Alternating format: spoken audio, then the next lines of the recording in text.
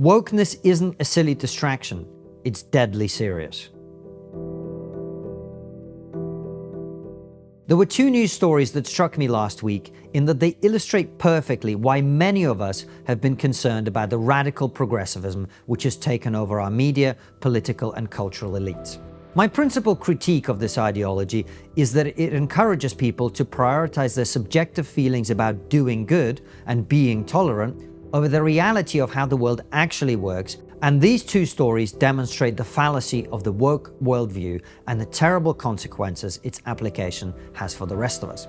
First was the story of a Jamaican man who was saved from deportation last year by a passenger mutiny aboard a British Airways flight. Led by Cambridge graduate Hannah Gaffrey, brave passengers prevented the injustice of his removal from the country after a protracted legal battle.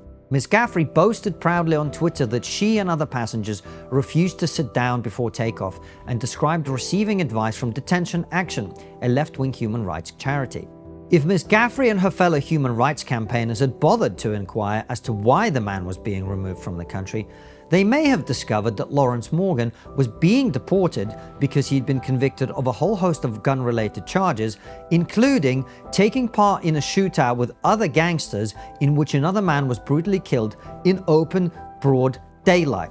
Mr. Morgan, it turns out, was a violent drug-dealing gangster, and the only reason he hadn't been deported faster was that he claimed his life would be in danger in Jamaica, from other gangsters of course. The second story which caught my eye was the report that the British government has banned the Islamist group Hizb ut-Tahrir.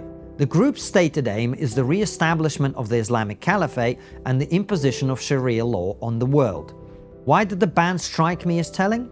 Because the fact that Hizb ut-Tahrir wasn't already banned shows the absurdity of the approach our society is taking. Do you know which countries banned Hizb ut-Tahrir long before Britain did? Indonesia, the most populous Muslim nation in the world. Every Arab country except Yemen, Lebanon and the UAE. Every Muslim country in Central Asia. The group is banned in Bangladesh and Pakistan. In other words, Muslim countries are less tolerant of Islamist extremists than we are. Why? Because they're able to speak plainly about the threat they pose and we're not.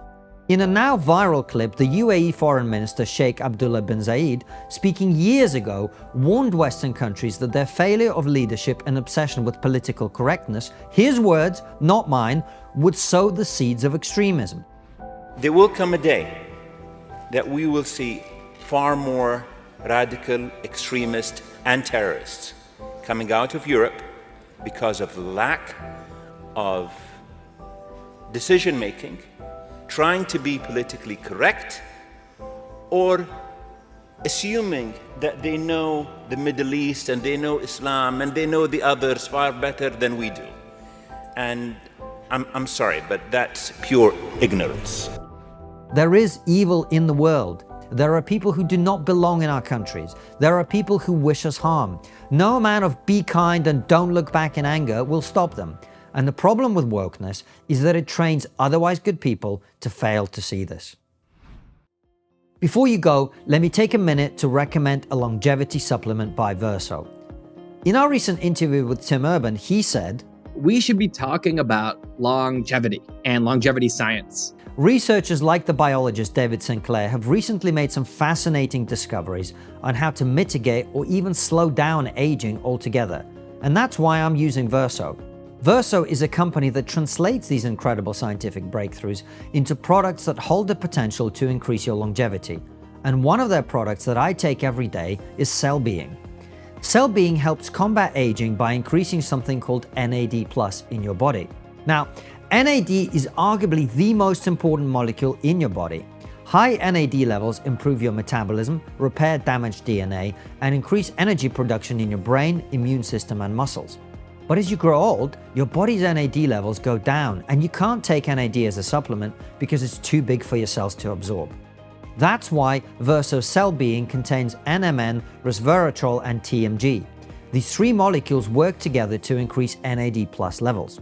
If you want to read more about this, check out the scientific research linked in the description of this video.